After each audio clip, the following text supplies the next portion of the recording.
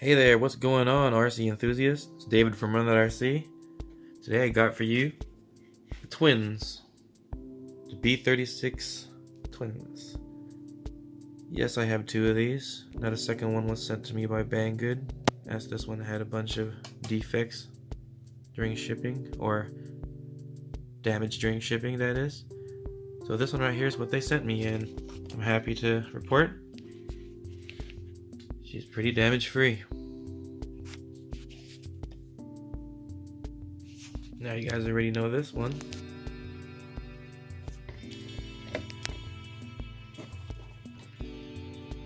I have an FPV set up in this one now. So look out for some videos for that. Hopefully I'll be posting some of that up. Gonna go out to the middle of the desert and see how far I can get with this FPV system, and I'm just gonna be running a Fly Sky transmitter, so I don't know how far I'll be able to get, but we'll see what it sees and see how nice of an adventure it is. Now this guy right here is freshly built, just last night. Actually, it's not even together, so now I'm just gonna show you.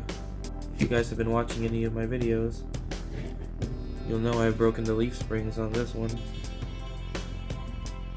So now on this one, I did what a comment on one of my videos, a guy named Pedro Silva. Hope I'm getting that correctly. I'll type it in here somewhere if I didn't get that right.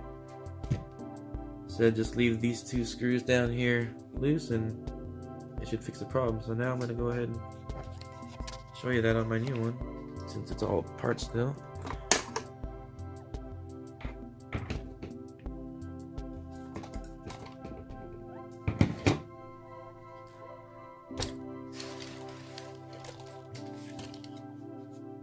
Let me see if I can zoom into that. So yeah, if you see that screw head right there, I went ahead and just left that loose. I didn't tighten it all the way down. I pretty much went maybe halfway from fully tight and fully loose, or fully off there. And then as you can tell, I put some rubber O-rings right before the screw and one underneath the leaf on the other side of the leaf, so hopefully that'll quieten it down a little bit. But so far, to tell you the truth, just by doing this, I have found a benefit to it already. It does give the truck a lot more flex, for sure. So just by doing that alone, it gave the car, or the truck, a lot more flex. So that helps out. Everything on this, as you can see, is box stock. That's the 180 motor it comes with, the new gearbox it comes with, the servo and servo mount that it comes with. So this one right here is going to be built just like the other one right there. It's just going to be all completely stock like this. So hopefully the leaf springs don't break again. That would fix that just by leaving that loose, and that would lead me to go ahead and just buy some more leaf springs for the other one. But so far, my fix on this other one, I don't know if you guys watched my video where I showed what I did to fix this. That fix has been holding up, so I'm going to keep on going with that fix until it breaks. So now back to this guy. I'm going to be putting this together same as the other one, completely stock. And the only thing I really think I want to upgrade right now would be the center shaft.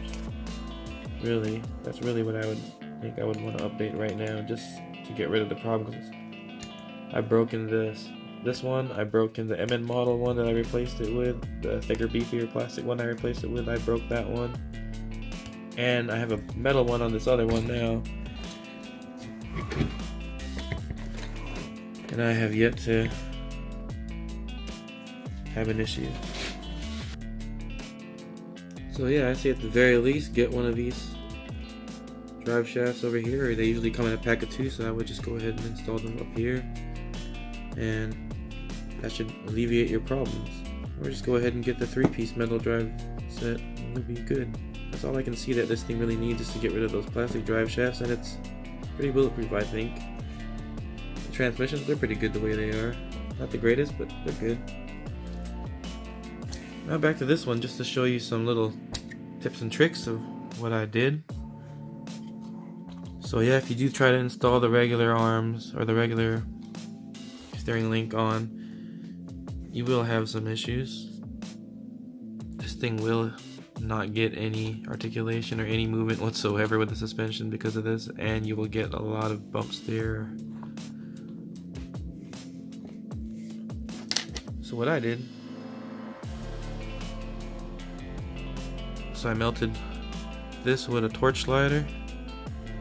You know, kept them going around and around it until it got soft enough to bend, and I bent it almost straight.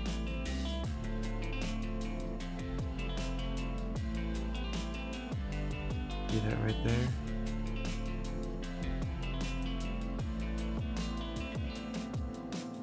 So now when you install this,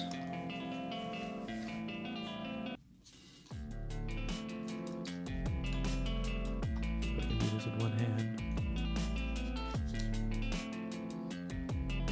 So you install it and you mount it up. You clear everything nicely. And you get a lot more steering out of it too. So yeah, that's my one little mod.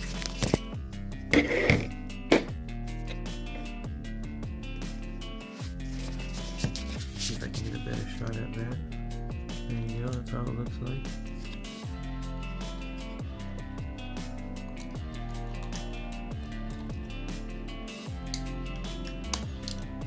You just mount it up to maybe a second from the bottom hole.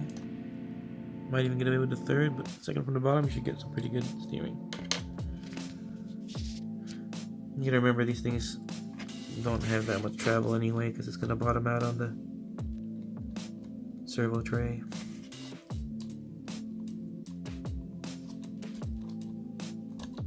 So yeah, that's one little tip right there for the steering.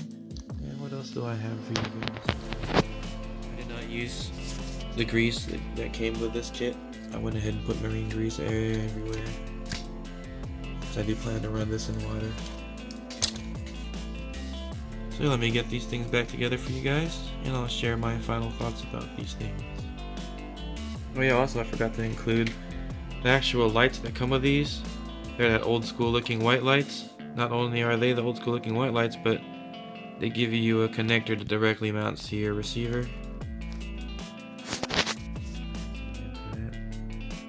So yeah, you get a connector that directly mounts into your receiver, and there's already a resistor on it, so you're good to go. Just plug and play. That's a plus. First one for them that I've noticed. So there you go. Got these things back together. So what I think about these B36s, I like them. I like them a lot. I never got any of the military truck ones because I never really liked the way any of them really looked that much. Now if you guys were checking out any other people's channels, you know, you see people mod the crap out of these things, and I've seen on another channel, I believe it's called Hobby Daddy, he does one of those B1s, turns them into semi-looking rigs, and those things are really sweet. I like them a lot. Thinking of picking one of those up and trying that out maybe for some modifications. I'm kind of new to highly modding things. I'm more like a tinkerer, just trying to get what it is to run better. So yeah, so far these two are pretty good. You know, I say metal drive shafts is pretty much all they really need. You can get the 2-speed if you need to crawl better, if you need a little bit better crawling ratio.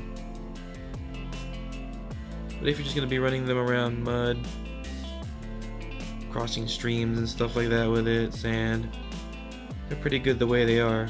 And the only other one I could really recommend that would be as durable as this would be probably the new one. I don't have it, but it's called the B24zh, I believe, and that pretty much is this, just 4-wheel drive instead of 6-wheel drive, and it's got that lift cab style. You could pop the cab off to put the battery in kind of truck, so it's got a different looking front end in these, but it's pretty much got this rear end right here with just a single wheel in the middle and this cutout filled in with like a different piece. So it does look good too. I am contemplating it. But for now I got these two to mess with.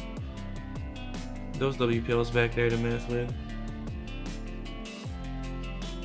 And a couple more other trucks downstairs somewhere to mess with, so let you guys know how these keep going. This one's still working on its repair.